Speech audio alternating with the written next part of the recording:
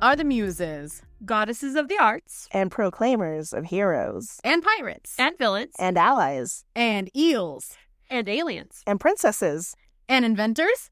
Oh, man. And there's a lot of these glimmers out here. honestly.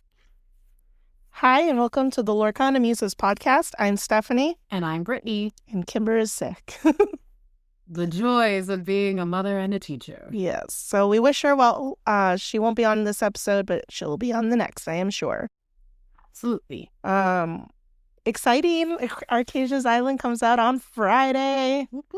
So Excited. a day after this drops, which is super exciting. I'm so looking forward to being able to do all the pre-release events, and it's going to be amazing.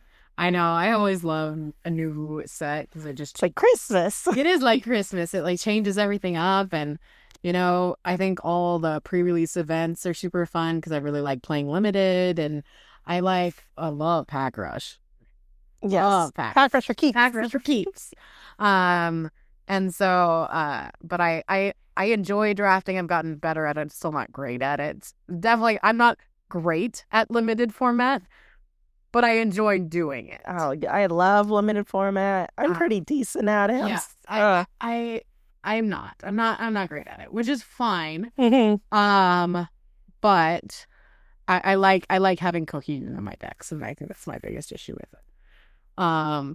Which is, it's fine. There are ways to get better, and I have gotten better, and we'll kind of talk about that a little bit this episode, is what to look for and what cards would be good in this format from this set specifically. Because although we've had so many great cards revealed, actually there's a lot of those cards that were revealed that are great in competitive decks are really, really terrible for limited. Yeah, and there's a lot of stipulations that you need for cards to work, and so it'll be really interesting to see how Draft and Sealed does this weekend. Yeah. What cards end up being like the best to play, and which ones don't.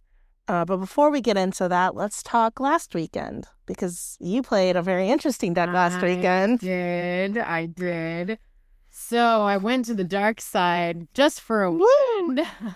I actually didn't have any decks made because I was in decon mode for the new set. Mm-hmm. Because I'm starting from scratch basically with all my decks. I want to just kind of see where the new set takes me. And because of that, I didn't have anything put together except for the pirate decks from the theme night the week before, and I didn't want to play that at regular League. And so I told my husband, I was like, "Hey, Daryl, like, give me a deck." And then I was like, "Build me a deck." And then he handed me my dreaded enemy, a Steel Song deck. And so I played it, and I did actually pretty well with it, but I did not enjoy playing it. Womp womp. Yeah, so it was fine. I lost to Daryl. He was playing Sapphire Ruby. But then I won the next 2 rounds, and then I went 1-1 in my final round. So I played very decently, like went 0-2 and then 2-0, 2-0, 1-1. So like pretty decent night of Lorcana, but it was not very enjoyable. I was frustrated because I'm like, why am I only doing little ding damage? I just want to get rid of it. Like, I was like, this is not the type of removal I enjoy. I don't want to do damage. I want to just get it off the board. And so I was like, this steel nonsense is not my jam. So, well, I appreciate the at least valiant efforts. I tried and I played it out. Like, I kept playing, but man, I was not a fan of it. But it was funny because we were talking about how you have cards that are in your deck that you have to punish and put that Instagram reel. And Ariel Spectacular Singer is one of the cards that is just not performing for you lately. And she did her job every time I had her on the board. Yeah, I don't know. Maybe she needed a break. Yeah. We're taking a break, guys. She's still in my punishment jar. A lot of people were very upset that I had the DLC promo Rapunzel in there, and I think it's so funny. You guys know I play with enchantments. I play with those promos. haven't been able to get her effect to work or draw any cards off of her, so she needed to go in the punishment jar too. So Yeah, no, I loved it. I was like, oh, this is a full Lilo action. Like, dice and cards, punishment jar. Oh, it was so fun. Yeah, and those dice, don't even get me started on the amount of times I've rolled snake eyes with those dice. Yeah, they definitely go in the jar. But then when I think, oh, okay, well, I got this, I'll just ask for whoever wins the low roll, and then they roll high. So they needed to go in the jar too. Well, my weekend was decidedly not full of Lorcana, and I'm always an open book for you guys. So I have been dealing with a lot of stuff medically, I suppose is the word for it. And I just wanted to put it out there for anybody because I know a lot of our listeners sometimes struggle with chronic issues, whether it's mentally or physically. I see you guys because it really sucks sometimes not to be able to go do the things you really want to go do, like play League, or in this case, it was also going to the Renaissance Fair with friends. But like, it's good to take a step back too, and whether I know you'll still like get the FOMO because believe me, I have it all of the time. I think focusing on your health and doing better, focusing on things you can do. So Saturday, I was really bummed out because I missed out on League, and then I knew I was probably going to miss out on Sunday. So my husband, Alex, he's like, hey, we should he cleaned the dining room for me. So I was able to like spread out all my cards on the table and then organize everything before set 7, which is super sweet of him. And I know that doesn't sound like a ton of fun, but then he and I got to sit there and like look at all the cards that we've had, kind of fill in our binders from where some gaps were from opening other packs throughout this last set. So we spent most of the day doing that. And then at the evening, we played the Neopets TCG game with our kids. And then he and I played a round of Lorcana too. And it was a lot of fun. So all this to say, like, I see you guys, and I know it sucks sometimes not to being able to do everything you want to do. But find the little joys in life that just makes you happy. But I am feeling better. I am making steps to hopefully feel even more better, and I'm very, very, very excited for this weekend for Archazia's Island.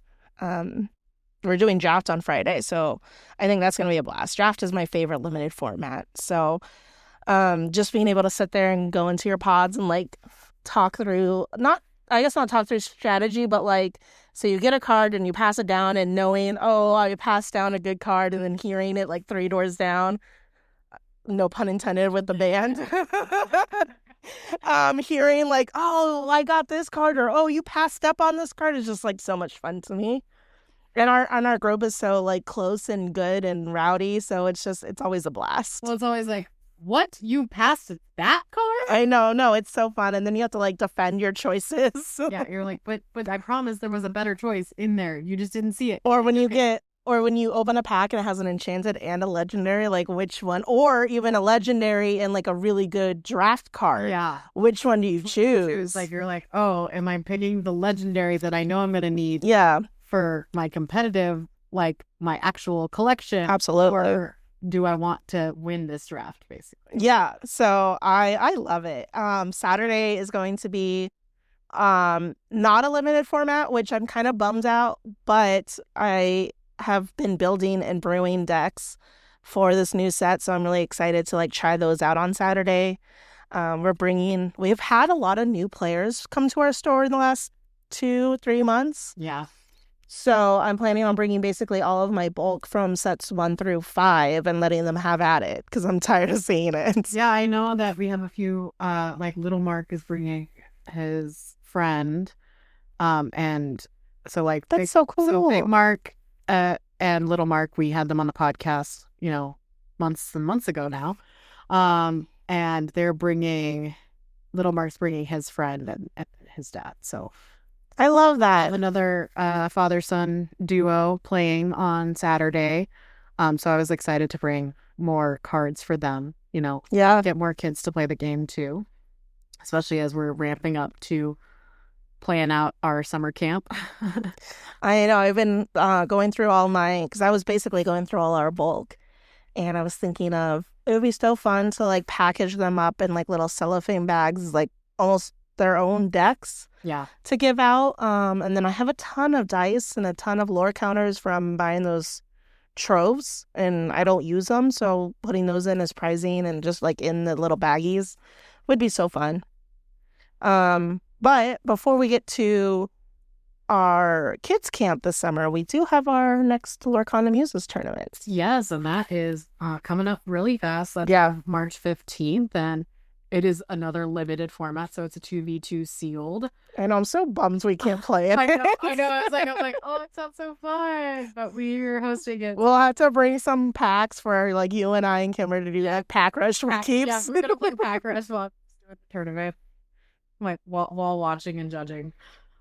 But that's so it's a 2v2. If you don't have a partner yet, don't fret. Come on out. We have a ton of people that are planning on showing up as solos to be able to partner with anybody last minute.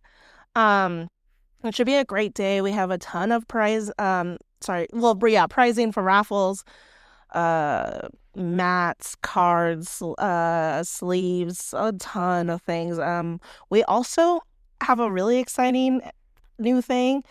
Somebody made us lore counters that have our logo on it. So this is by My TCG Accessories. You can find them on Etsy, also on Instagram.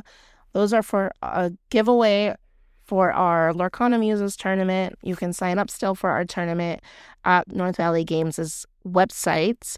We still have some spots open. That's March 15th. We're very excited to see you guys there. Please pre-sign up. That helps us keep track of how many spaces we have left. Yes. Keep track of how many prizes we need to have, etc. Because we want everyone to go home with something. Yes. And it helps us pre-plan. Yes. So moving from there, let's talk draft a little bit. Yes, because we're going to be playing in some awesome events this weekend.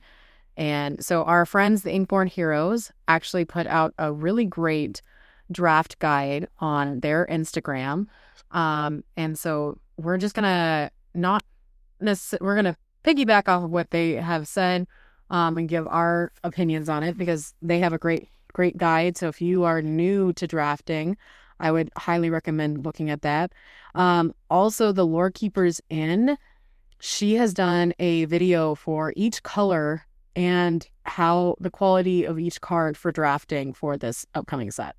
So love that. Yeah. So a lot of people are doing a lot of limited outlooks on this set. So we don't necessarily claim to be, the be all end all when it comes to limited play. We're just giving, our basics. Yeah, our basics and then our experience, because we've done this now for a few sets. Yeah. I've always done pretty well at them, and you really enjoy playing them. I enjoy playing them, and I'm great at Pack Rush. I am terrible at any of the other limited formats, even if I'm having a good time. You can be the competitive constructed queen. I'll be the competitive limited queen. No matter what. But so for our new listeners and anybody who's new to Lorcana, real quick, the basics of drafts. What happens is you're placed in a pod with a couple of other people. You each get 4 booster packs. You'll open your first booster pack, pick one card, and then move that booster pack basically to the left or right. And then everybody picks one, and then one, and then one until that booster pack is gone.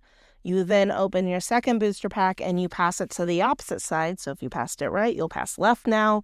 And you'll go through that until all 4 are done, and you now build a 40 card deck. 40 card minimum. You can have more. I don't personally recommend it, but you can have more. It is also rainbow format, so there's no restrictions on the colors. There's no restrictions on if you have more than 4 of a card. Somehow you get 4 of a card. That doesn't happen very often. No. But if you do. That happens more in sealed versus draft, but yes. Yes. So that's the basics.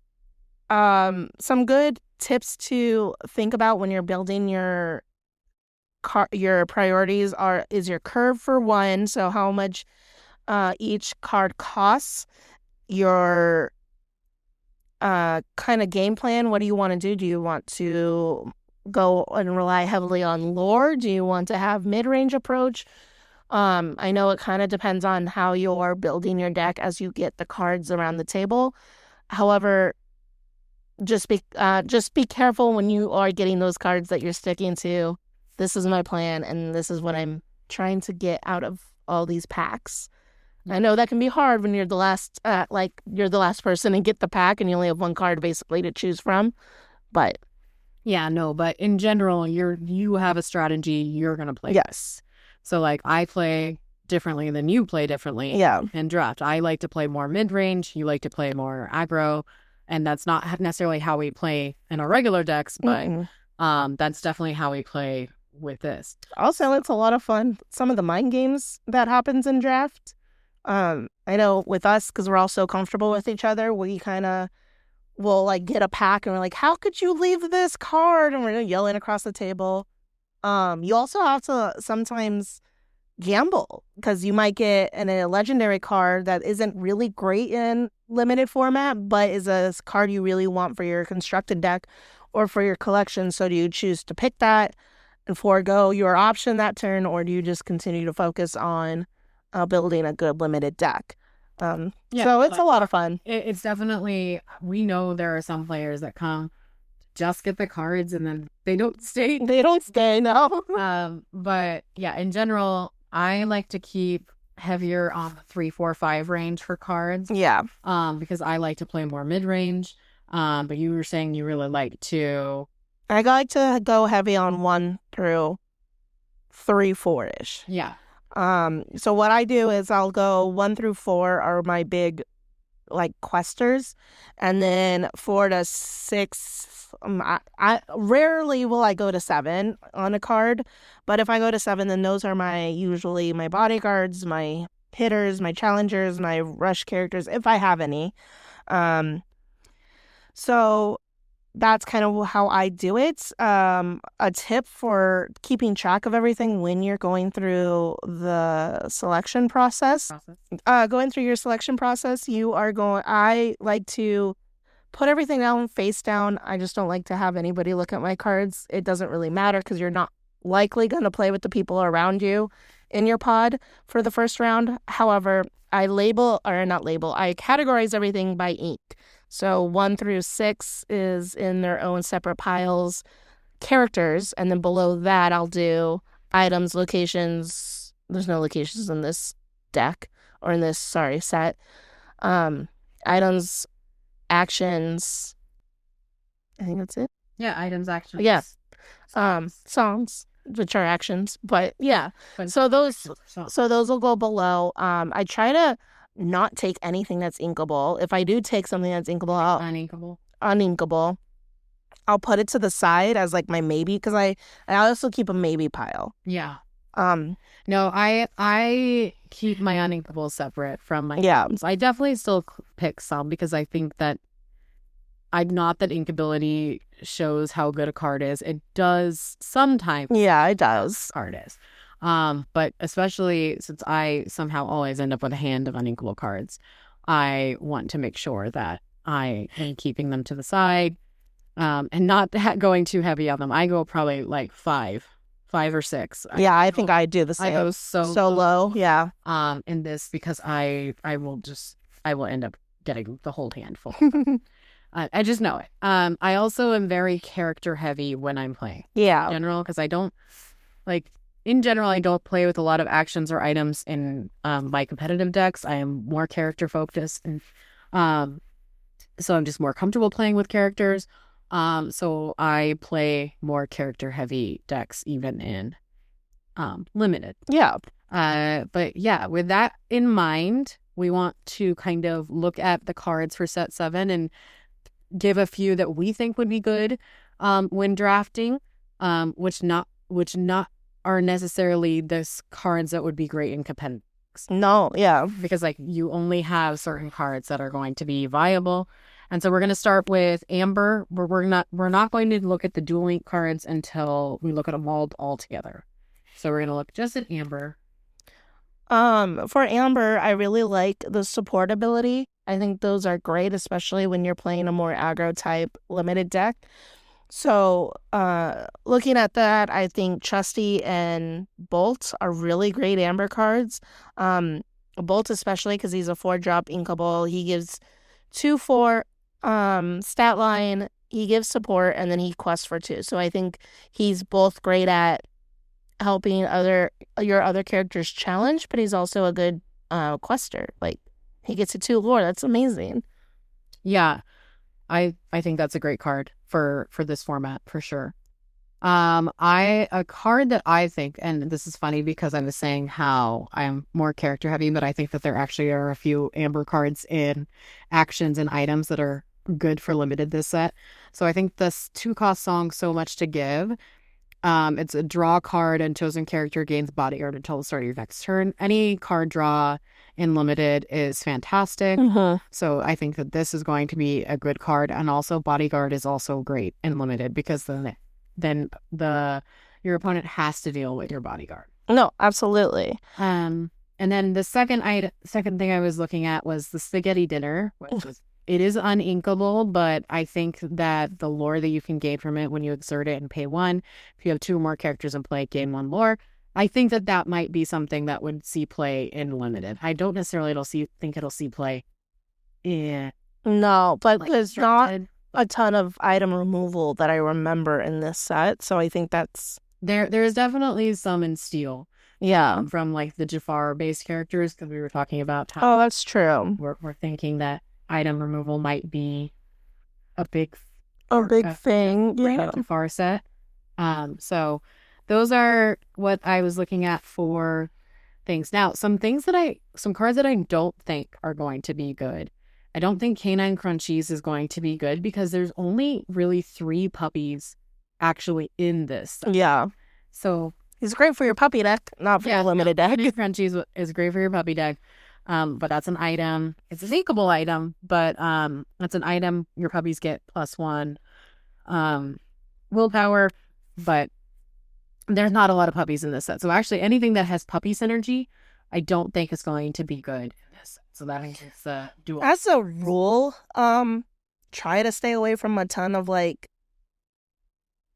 synergy cards. Some work really great, but some rely on cards that are out of this set, so it's just hard. Like last set, we could have said that anything with pirate synergy actually would have worked. Yeah, but the whole set was pirates. Yeah.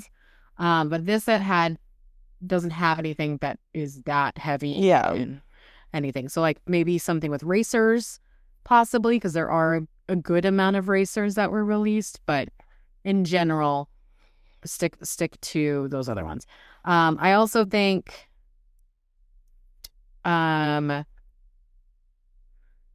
like the Aurora, I don't necessarily know if that's going to be a playable card in this format. So she's gorgeous. Oh yeah. Singer 5, 1/4, whenever you remove 1 or more damage from a character, ready this character. I don't think there's much damage removal at all in this set. So other than her having the 4 willpower and questing for 2, I don't necessarily think that she's going to be great in this. So yeah, no, I would agree. A card that I do think is not a super great card on its own, or for a constructed deck, but Snow White, Fairest in the Land. This character can't be challenged.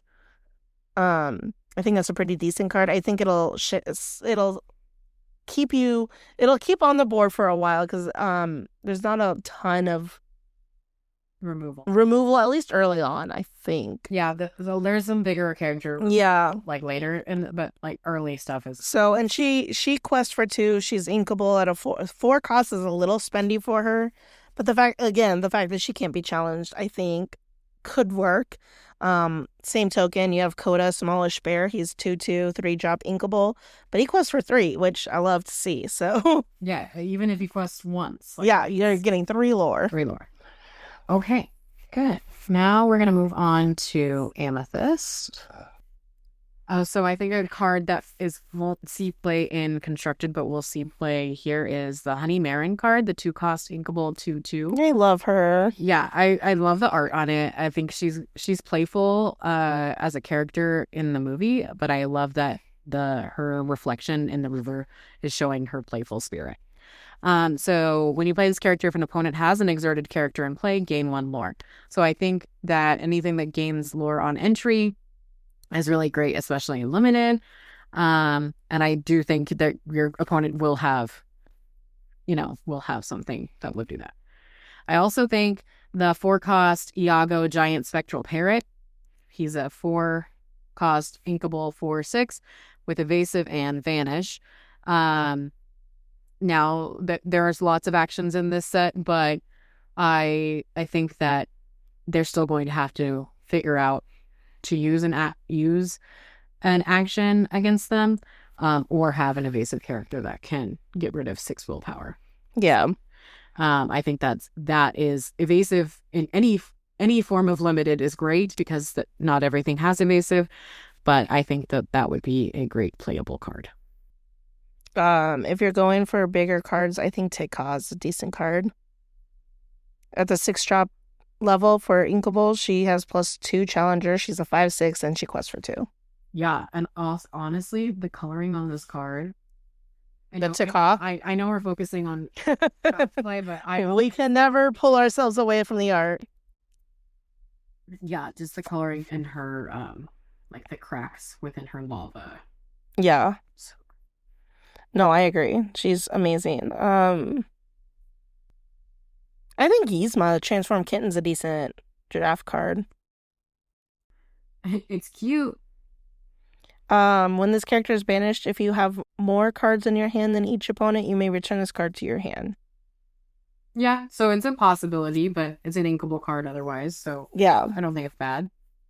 I also think the Bucky actually could see play in this format. So when this character is banished from the challenge, which out most likely in limited, you may draw a card. So card draw, great. Mm-hmm. Also, silly art. Pain is a great 1-drop. Any 1-drop that's inkable in their stat line is 3 rather than 2 is a great card, especially for limited. Yeah. It's great for constructed too, but I love that 3 willpower on cards for a 1-drop. Because there's not a lot of things that can take it out right away when you're questing. So, great 1-drop. Anything I think with Vanish is going to be pretty decent or evasive. Yeah. So like the Raja, Ghostly Tiger. Yeah. Yeah. Would be good. So cards I don't necessarily think will be good is actually the Donald Duck, the 7-cost uninkable, like the one that changed the game. Oh, the one that's breaking the game. Yeah, the opponents need 24 to win the game. I don't necessarily think that this is a good card in limited because first of all, it costs 7, and it's uninkable. Like, yes, it has amazing stat lines, and it does change the game. Mm-hmm. But I think it's too expensive. That's fair. Or limited, especially for being uninkable. I just keep seeing more and more great Amethyst cards. 3-drop inkable Kenai Magical Bear. He's a 1/4 quest for 1, but he's got +2 challenger, and then during your turn when this character is banished in a challenge, you can return him to your hand and gain the 1 lore. So he's kind of a goat. Oh yeah, no, I think he's a fantastic card. I agree. Okay. I think that's it. I've seen a lot of talk, not for this format, but I've seen a lot of talk online about the Queen Jealous Beauty and how people are sleeping on her as far as a decent legendary for this constructed set. I actually think she's decent. I think she's a good counter for Steel Soft deck. That's what I was thinking, like my poor princess deck. Also, I really like how in the Lorcana app, which has been updated, by the way. Yes. When you click on the legendary characters, it shows how they are, like the character itself looks like it's coming off of card. Yeah, isn't that cool? Side tangents. We love those. So moving on to Emerald. Our good old Emerald. So, I think a really great card for this set is Thomas O'Malley, 3-cost inkable with Ward. Ward is always great. And that 4 challenging attack strength. Thanks. 4 strength. That 4 strength is always great, especially when we have such a limited format. So I really like that one. I like the 5-drop Cheshire Cat. He's inkable. He's 4/3, quest for 2. When you play this character, you make 2 damage to chosen damaged character. And it's a good spot for a 5-drop. Also, Shere Khan, Infamous Tiger. He's uninkable, and I don't really care what he does.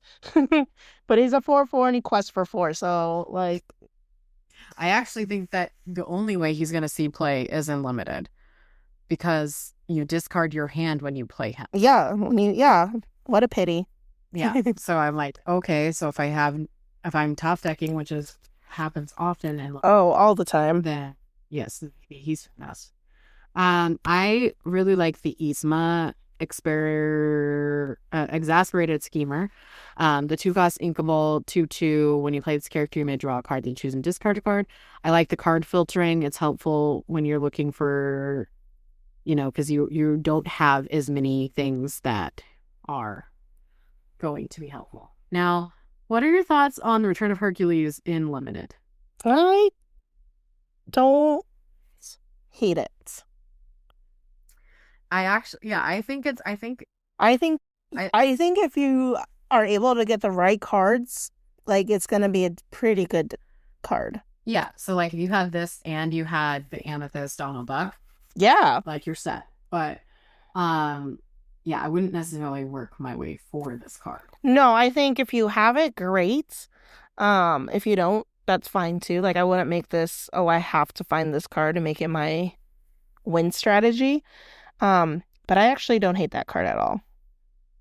I mean, I love that card in general, and I definitely have been trying to make some sort of Emerald deck worth of it for Constructed, but for limited, I think it's pretty decent. As well as, there'd she go. The 4-drop King of Hearts Picky Rule. Damaged characters can't challenge your characters. So if you're going more of the mid-range or control variants of it's a pretty good card. Because he's also quest for 2, so he's got that double hitter. I like that one. My favorite color, ruby. Ruby. I was so excited for a minute. I don't know. Well, you said card, so I thought maybe card, not favorite color. Color. Ink, my favorite ink. Boo. I'm just kidding. I think that this card's going to be fantastic. In limited is the 1-drop Toby. He's uninkable, but he's a 3/1. He's going to going to have that easy removal early in the game, because most things early in the game have only about 3 willpower. So I think he's going to be fantastic. I think Grandmother Fa, Spirited Elder, is going to be fantastic. She's 2-drop, inkable, 1/1, quest for 2. I've got all the luck we'll need. Whenever this character quests, you may give chosen character of yours +2 strength this turn. Yeah, I think that's super great. I really like the 4-cost Moana.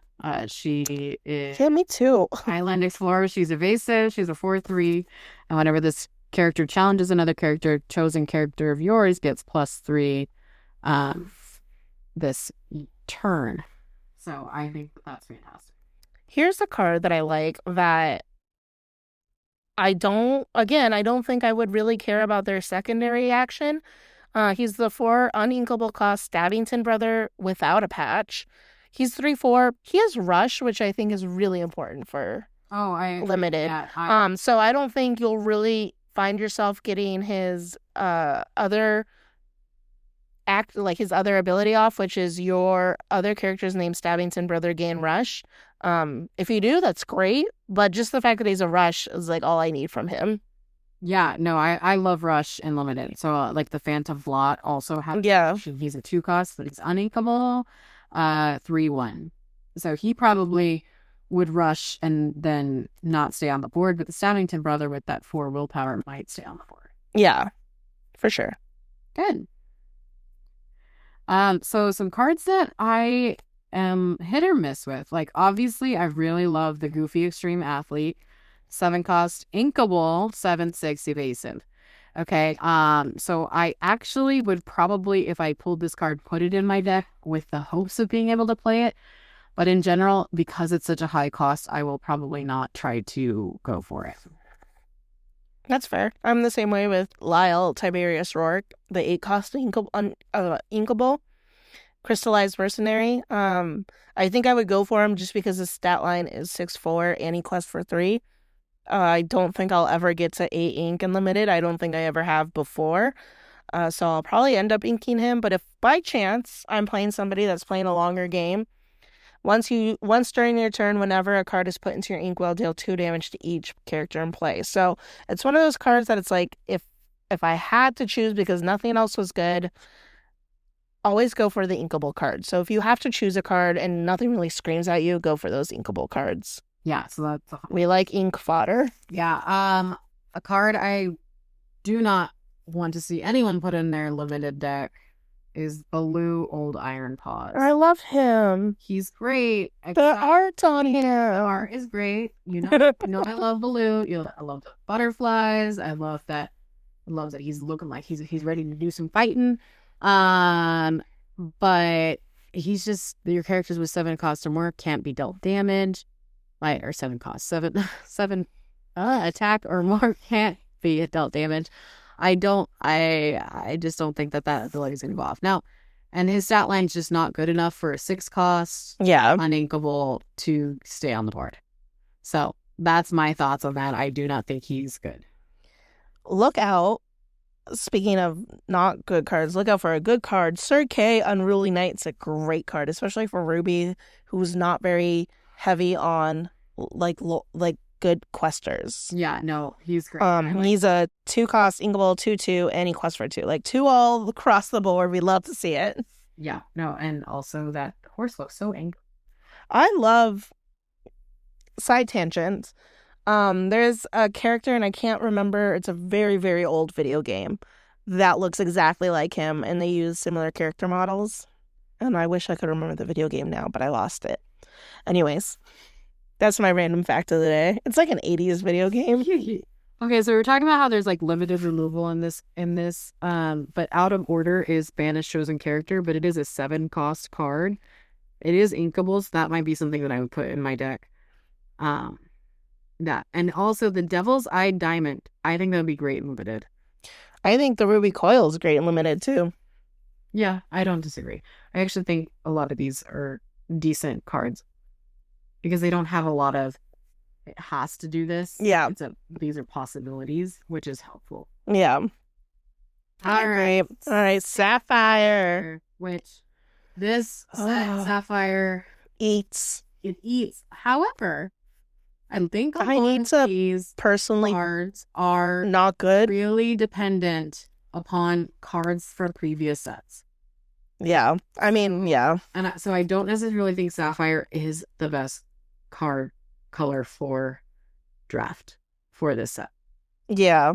I will say that we will pick some cards, but I think the cards that are so hyped up in this set are not the ones that are going to be good for limited. I think Ink Geyser. Oh no, that's a dual link. Just kidding. Yeah, not that. Cut that. So I think the Clarabelle news reporter, the Rita Skeeter Clarabelle. I love her. She's got a great stat line. So 4 cost 3/3, quest for 2. She has support, and your other characters support get +1 attack. Like, great all around card, decent stat line, inkable. I would put her in my deck. Yeah, I mean, I would put Moana, Adventurer of Land and Sea. 3-cost inkable. She only quests for 1, but her stat line's 1/6, so that means she's surviving quite a bit. Yeah, she's in. Easy. Imagine her with your support characters. You're at it. She's going after some people. I think this might be a controversial opinion.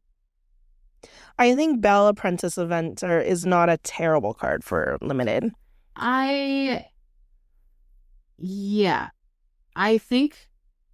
don't think you're going to use her secondary ability to play her for free. I think you're going to end up paying to play.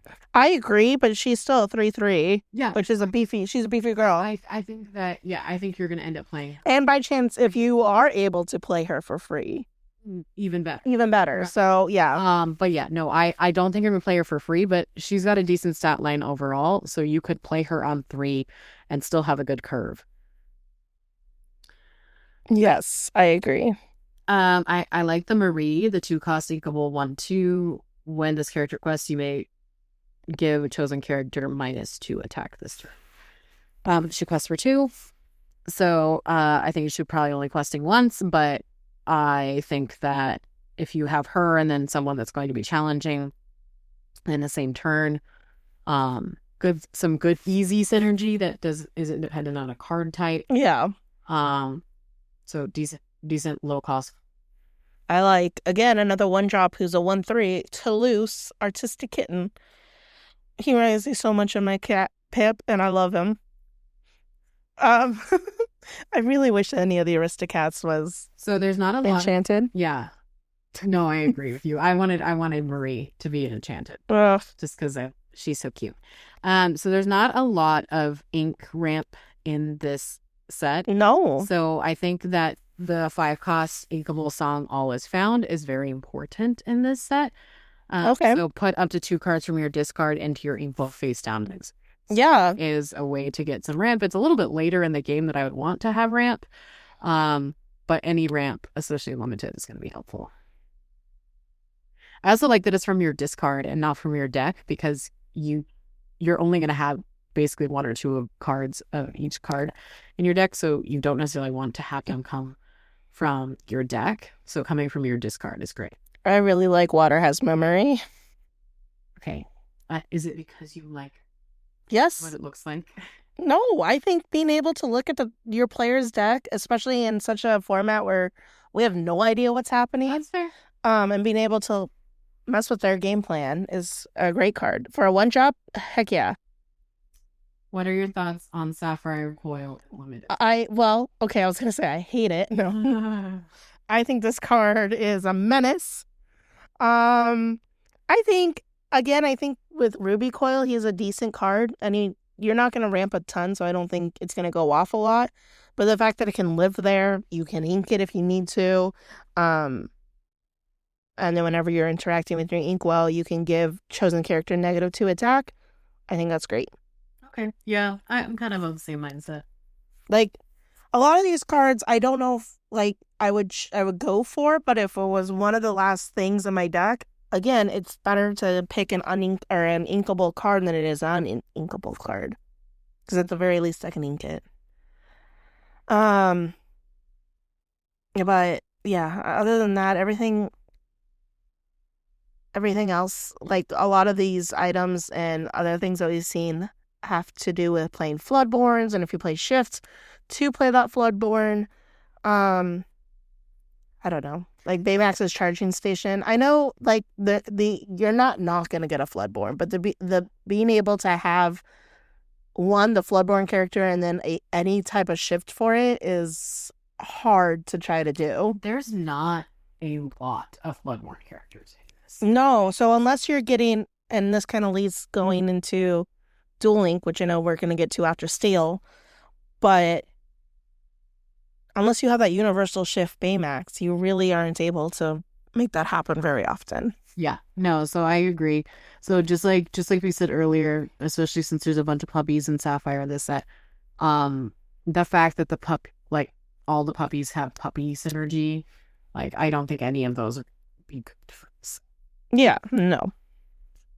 All right. Steel, my favorite. Let's go. All the cards are great. Pick them all. I'm just kidding. That's bad advice. I actually think the 2-cost 0/1 Yep. going to be a nuisance. It's disarmingly cute. I do love Tuk Tuk though.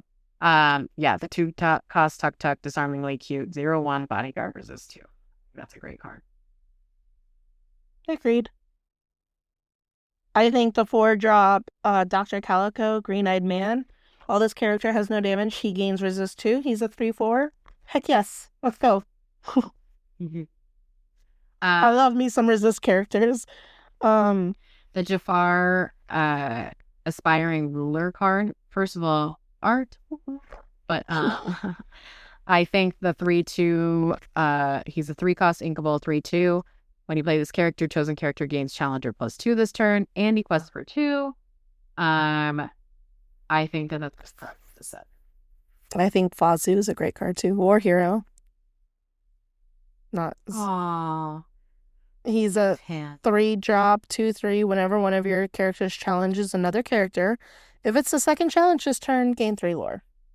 Ooh. Yeah.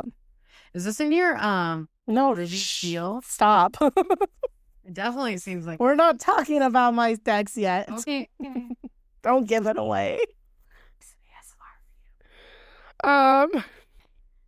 Oh, bodyguard. I love bodyguards. The 5-cost inkable Bagheera, a guardian jaguar, 4/3 bodyguard, and during an opponent's turn, when this character is banished, deal 2 damage to each opposing character. He is fantastic. I love Bagheera. I love him so much. And I also think he's going to be fantastic in Limited. Yes. I mean, I don't know. I have been playing around with him as far as like thinking through strategies, but that's about it. Nope, that's a constructed deck card, not a. Yeah, there are lots of we're not thinking about. We're trying to think. Yes, I know. Limited, not construct. I think. Never mind. So thoughts on Mickey Mouse Inspirational Warrior, the 2-cost 1/1, and during your turn, whenever this character banishes another character in a challenge, you may play a character for free. So I think you have to use him with support. Yeah. Because it adds that, and because there's not a lot of characters that have 1 willpower, I think that, like, unless you have, like, you end up with a lot of cards with support first, and then you get him, you could put him in your deck. But I don't think... Yeah. I'm not a fan of this card in Limited. No, because it has to banish the character challenge.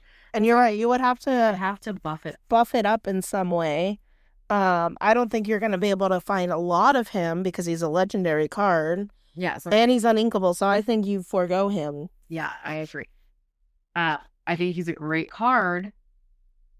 I do like Double Trouble, which is an action card. It reminds me a lot of Twin Fire, which was a great limited card format. Oh, absolutely. I think that's fantastic. Deal 1 damage each up to 2 chosen characters. I think that's great for a 2-drop inkable. Love to see it. Yes.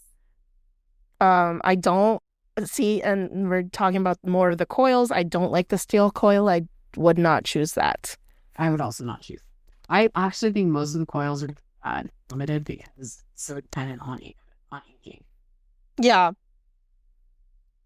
All right. Dual inks. Insert air horn. We're gonna take some notes from Lorcana there. I love the Steel Sapphire Lady Cluck Protective Confidant. She's ward and she's bodyguard and she's inkable. Great card. Yeah, I think she's great. I love the 7-cost inkable Wendy Darling Pirate Queen, 5/7 evasive, who fights for 2, and whenever one of your other characters is banished, you remove all damage from chosen character. So yes, she's a heavy cost, but that evasive I think is worth it. And I think that secondary ability will see some play, but you can't depend on it. Yeah, but I think she's great. Agreed. I like the 5-cost Mushu. 4/4. Whenever one of your characters challenges the game, +2 resist during that challenge, and during your turn, whenever one of your characters banishes another character, you gain 2 lore. That's not bad. Not bad. I like the 5-cost Sven Keen-Eyed Reindeer. He's an Amethyst Sapphire. 2/6 with Rush. When he plays character, chosen character gets -3 attack this turn. Anything with Rush I think is great. Also that 6 willpower. I like Denahi, 3-cost inkable, Impatient Hunter. He's a 3/2, but he has Reckless and Resist 2. I like the 4-cost Fidget. He's an Emerald Ruby 4-cost inkable 2/3 evasive. Whenever this character quests, another chosen character of yours gains evasive until the start of your next turn. I like being able to give evasive, and having the evasive ability is great. I also like that it looks like he's coming out of the card. I love the art. Art. I have like a sound that we add when we get excited about the art. So I know we need to start making one. Art. It'll just be like a woofing sound. I like the 4-drop Pascal. Garden Chameleon. He's evasive 3/3. He is uninkable at a 4-cost, but he quests for 3/2. I really like the Family Madrigal song. Yeah. I think that's going to be good. So look at the top 5 cards of your deck. So looking at cards, great. Reveal up to 1 Madrigal, then up to 1 song, and put them in your hand, and put the rest of the top of your deck in any order. So knowing what's coming up either way is helpful. But in the instance that you do get a Madrigal or a song, then you can have the cards in your hand. So I think this is something you should sing and not play. Yeah. But I think especially to have that knowledge is going to be helpful. I like 3-drop inkable Perla Nimble Seamstress. She's Amber Emerald. 3/2. She's evasive and has forts. Yeah, I have hard. that was funny to me.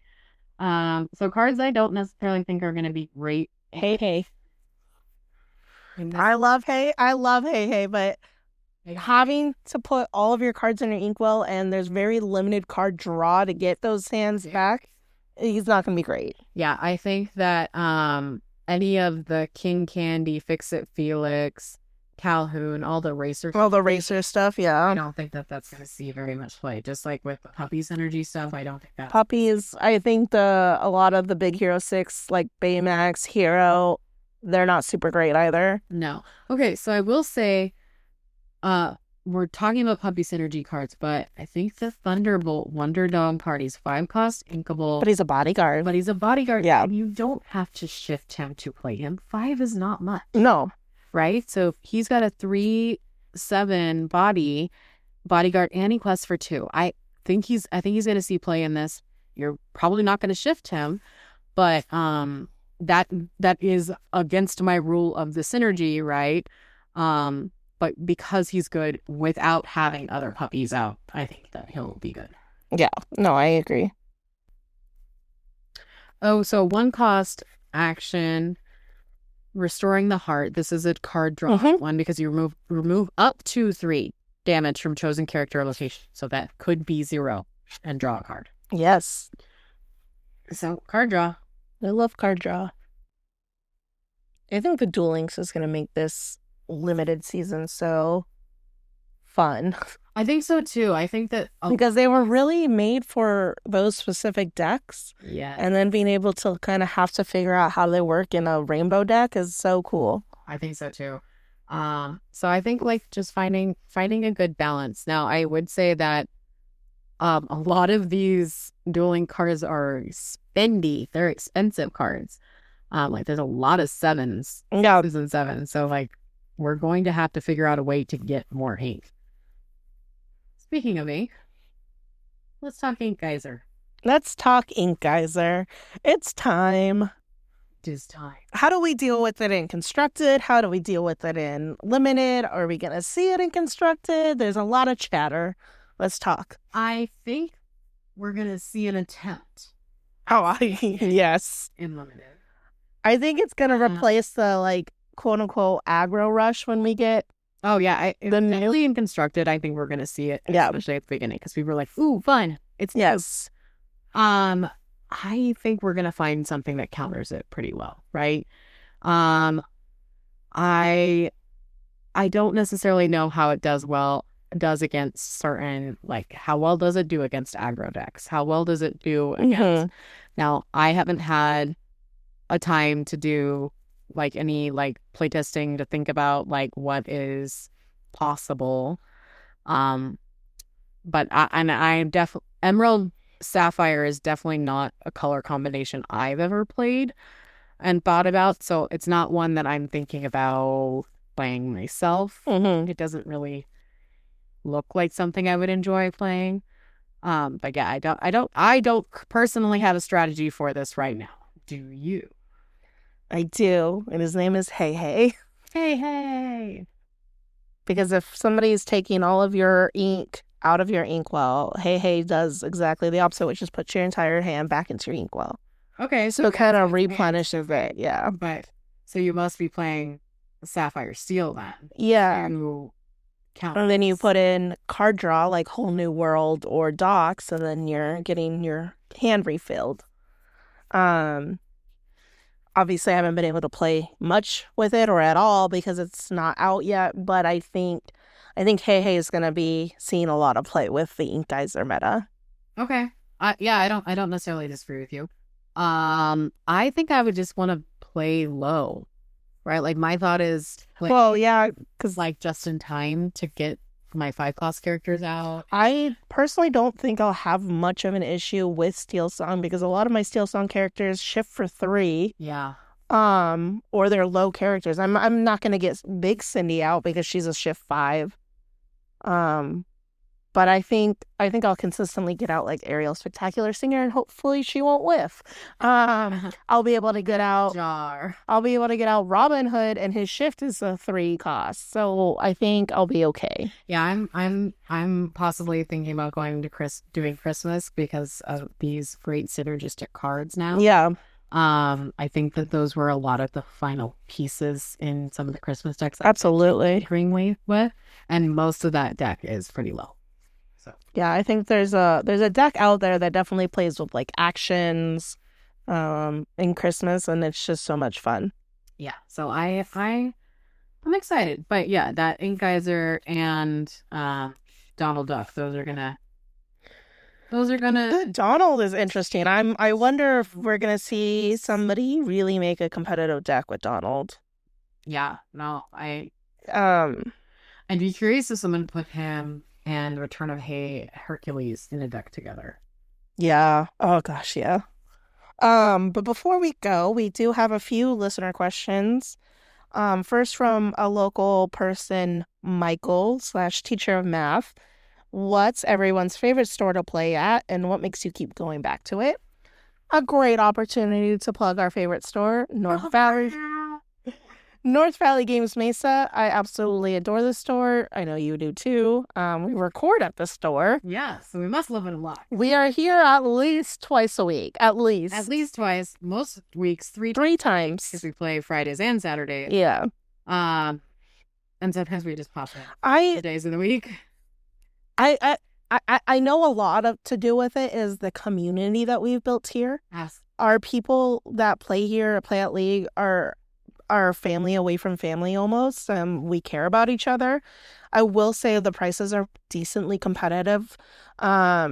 And some of my favorite people work here. Like the people that we see regularly that work the times we are here are so amazing. Yeah. So I think that who works at a store impacts it greatly. Yes. How the store approaches conflict is important.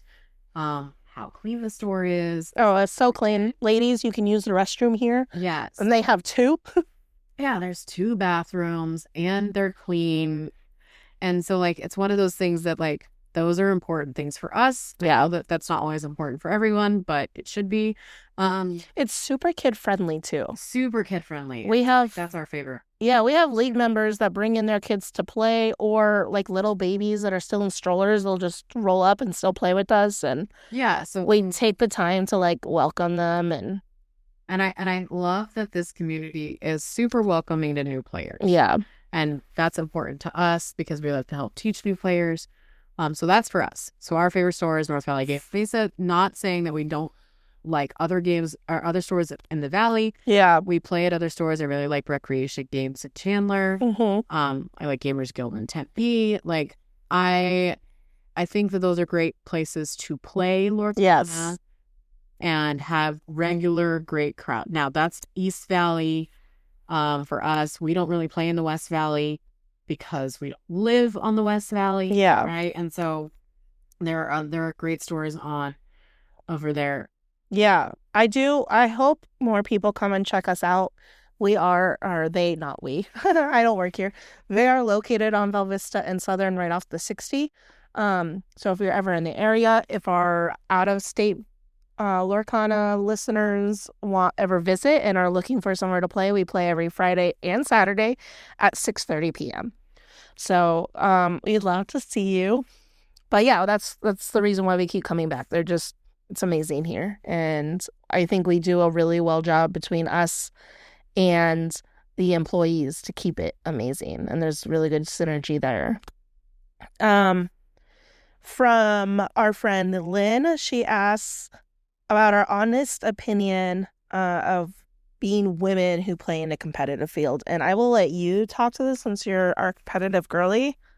Okay, so I will say it's gotten better. Yeah. Initially, there was a lot of mansplaining in this game, just in general, which irritated me. So it irritates most people I talk to. I don't know why you people do it. Yeah. It's gotten a lot. Yes, it better. has. It still happens occasionally. It still happens sometimes, like when I'm helping do a judge call or something, like they get irritated when I don't go their way or things like that. So I will just say, like, there are still some egos Yes. you have to deal with, and I feel like we deal with the larger reactions when things don't go their way. What advice do you have for women? And I know specifically Lynn, she won a championship and then got met with some hurt egos by men in the community, by a few different people. And I know you've not won, but you've gotten up there a few times. And so have you dealt with any of that? Yeah, what advice do you have for her? I've gotten second twice now. Yeah. So I haven't won, but I'm so close. We're so close. So close. I will say, so it's a frustrating path. Yeah. Because as women, quote unquote, we're seen as like meek, right? Lesser than. And like just not as important Mm-hmm. when it comes to TCGs. And I don't think that Lorcana is putting that out there at all, first of all. No. And I think that most of the community is amazing. I will say that you need to advocate for yourself, Mm-hmm. and your win is your win. Yeah. And no matter how much they say, oh, the variance, oh, I had a crappy hand, oh, I had, like, no matter how much they try to explain away their loss, they lost. Yes. And you won. Yep. And Preach. Yeah, and nothing can take that from you. And you won. Yeah. They didn't. No. There's nothing that they can do about it. Nope. Because, yes, possibly they had a bad hand. Sure. It happens as part of this game. Mm-hmm. But it's part of this game, and so it's not an excuse when you lose, and it's not the reason you lost. You built your deck. You played with your deck. It's your deck, and that's just a possibility of this game. And if that person has a negative reaction toward you when you won, that is on them. Their reaction is on them. It has nothing to do with you and your ability as a player, and has everything to do with them and their bad ego. Absolutely. No, I mean, look at me. How many? You don't see me, but I'm like, no, she's like a microphone and so upset because it's something that I'm super passionate about and it's still happening, which is like, I would think by now it would not be happening at a 0 level, but here we are. Look at me, right? So I make jokes, but Ariel has literally whiffed almost every time I've played her. Consistently the last couple of league nights, and I have 19 songs in my deck, so statistically that should not be happening. But I don't, it's like every time you play, and I don't. Oh man, I lost to Brittany, and that really sucked. I mean, I'll say like, oh yeah, I lost, and that sucks, but it's not on her. That's on me. And my joke is, it's on Ariel. Really, it's her fault. Yeah. So it's like things that like I've played against players, and they're like, oh, I lost because my deck didn't go off. Yeah, but it didn't go off, so it's still your fault. Yeah, or But they also then like they keep using that as the excuse. Not that I was a good player. That was so like Oh, you play great. Yeah, Yeah. you should always. I mean, it's something that they teach us, and maybe they only taught us millennial babies. Good sportsmanship, right? You say good game at the end of the game, you high five, you call it like, and you're good. Like the loss sucks, but you should congratulate the person who just beat you and just won because they just played an awesome. that is something that I still am like when players are losing and they're upset about it, they don't say good game at the end or something like that, right? Like it's easy. I still like I've gotten into the habit because I'm having a hard time with it afterwards and I want to be better. But before we play, I'll be like, good luck. And even if I lost the first game and we go into game 2, I'll say good luck again. Yeah, good luck. I think that's a good way to start the game. I also just think it helps get you both in the right mindset. Yeah. Hey, this is a game. That's my other thing is like, it's a game. You're playing with princesses right? and Mickey. Princesses and Mickey Mouse. Like, yes, we are playing at a high level. Like we were at the LCQs and people were like super stressed about it. And don't get me wrong, I eventually got super stressed. Like getting into round 4 was like very stressful. Yeah. But at one point I was just like, guys, it is still just a game. Yes, it's a game for expensive cardboard, but like it's cardboard. Right, it's just a game, yeah. And yes, it would have been really cool to say, hey, I made it to nationals in the first round, right? But like, so it's fine. But yeah, so I don't know. I just kind of one of those things where I'm just like, I still feel it, but it has been significantly less so. That's good. I'm glad at least it's team has dying down. I think this is because we have more diverse player base as well. And I think that, I mean, it's grown significantly. And that might have a lot of dependence on your local meta too. And your local game stores and how it supports both competitive play and like social play. That has a big impact on who you're playing against. Yeah, no, I would agree. I just be happy for your friends, people. It's not that hard. Yeah, and even be happy for people that aren't your friends. Yeah, I mean, just be happy. I think that's in general. But my main takeaway from that, or main point is, their negative reaction has nothing to do with you and everything to do with them. Oh, my therapist would love that. You can't control how they react to something, is what she tells me all the time. You can only control how you feel. All right, moving on. That's stuff. I'm just giving away my therapist's advice for free here. From our other friend Alfredo, what is your favorite card and why? Well, it depends on the day, but in general, I really like the Ruby Super Goof. Yeah. I think he's got a lot of variety and good. Like, I've played him in several types of decks, and I think that he's good. Anything like he has Rush, and it doesn't matter if you're banishing a character, he gains 2 lore, right? So I like that he can Rush and gain 2 lore. Like, it's just like the Ruby way to have an entry lore effect, basically. So I like him. Also love Goofy. So. I like, despite me being really upset with her right now, I really love Ariel, Spectacular Singer / Sonic Warrior. When she does go off, it's nice to like be able to filter your hand and your deck for songs. Then she sings for 5. I think the art is absolutely beautiful on her. Sonic Warrior is actually doing a lot better for me than Spectacular Singer is right now, so she's currently my favorite. She's my favorite Glimmer right now. And I think she's so nasty. Every time I do it, and I do it to a new player or somebody that's not used to playing against Sonic Warrior, they're like, 3 damage? That's insane. I'm like, she's mean. I did that on Friday, and I was like, well, that felt fun. That felt fine. He also asked, what character, song, or item would you like to see as a card, and what would you like them to have as their effect? Okay, so like this would be a new franchise I would want to see. Yeah. Be Kim Possible. Yes. And I think she would be a Ruby Rush character. I disagree wholeheartedly. Steal. You're wrong. You're wrong. She would have Rush. She'd be always first to take down. I'm going to take a poll.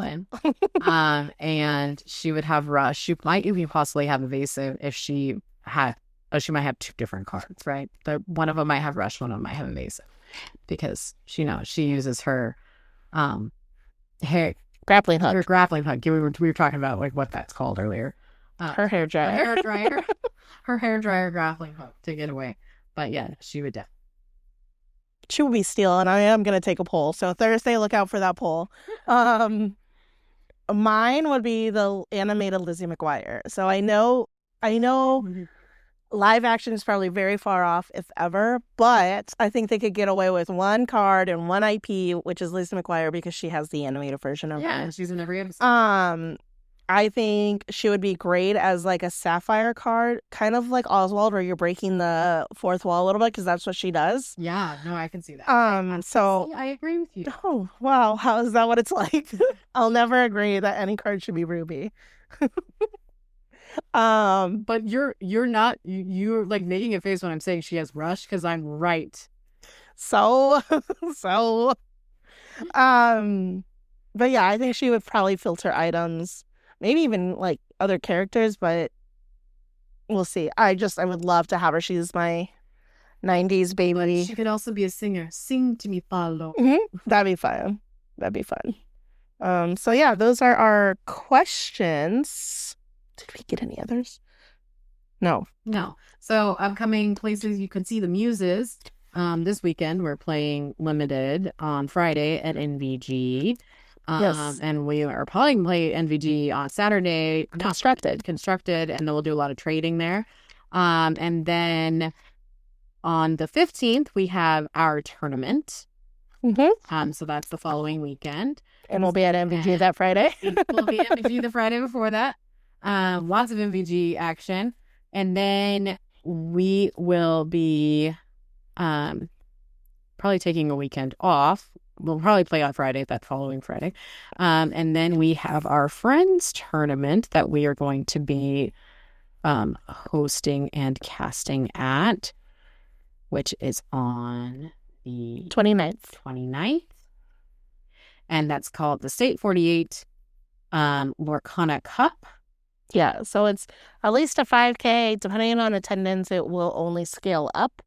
What's cool about them is that they have childcare available by certified teacher, which is $20 per kid, provides lunch, and it's basically all day, which you can't beat for childcare. If you guys are parents, you know that $20 is a steal. Yeah, you definitely can't beat that. So that is definitely something. There's going to do raffles, giveaways. There's going to be drafts on demand, pack brush, constructed events on the side outside of the main tournament. It's a $40 entry, but it's going to be big. Make sure you're signing up ahead of time. This is a great event if you're coming from out of state. Yeah, big one. We'd love to see some outside of Arizona folks. We'd love to see Arizona folks still too, but we'd love to see you there.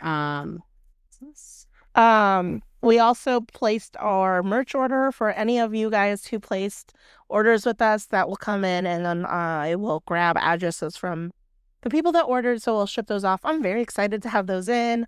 I'm super pumped for that. Yeah, most people are. We had most of our orders were the hats, which is so funny to me. So very, just super cool. March is going to be so busy, but so much fun.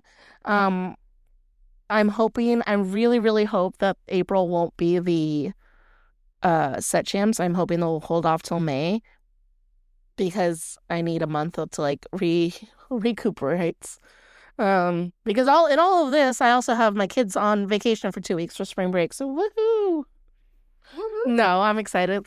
Our daughter is very eager to learn more Lorcana. I've built her a Ruby Amethyst Minnie Mouse / Maleficent deck, and it's actually pretty mean. So I love to see it. Yeah, I love that. I'm super excited that my spring break is next week too, as a teacher, because it's the first week that cards are out. So I'm like, woo! That's a perfect all the building, all the deck, basically. And I will be putting my set in to Dreamborn this time, because I spent Saturday doing that. Thankfully, finally caught up on Azrael, and I will not ever be doing that again because it was bothering me. Yes. Oh, you can also see us. We're going to be going to Wicked, thanks to Stephanie, because she bought me Wicked tickets on the 16th. So, we'll be at ASU Gamage. So if you happen to see us, no, that was a humble brag. We're seeing Wicked. I'm I've seen it once. I mean, I've seen the movie, but I've seen it once before on Broadway, and or Broadway-esque. ASU can. Yeah. It's gorgeous. It's beautiful. It's wonderful. Go see Wicked. Go see other musicals. Support the arts. Hey, I went and saw Dear Evan Hansen last weekend. It was great. That's instead of playing. And instead of playing Lorcana, I know I had. How dare you? 3 days of the weekend. I only played one. I only played Lorcana once. Shameful. It's wild. That hasn't happened in months. Yes. But yeah, other than that, we're just super thrilled to be continuing this journey with you guys. We did hit our goal of 700 followers by set 7. So thank you for everybody who followed us. Tomorrow we will be doing the giveaway winner. So look out on Instagram for who wins. But other than that, you can follow us on TikTok, Instagram, and Blue Sky at the Lorcana Muses, on X at the Lorcana Muses Pod, or email us at thelorcanamuses@gmail.com. Happy questing. Happy questing.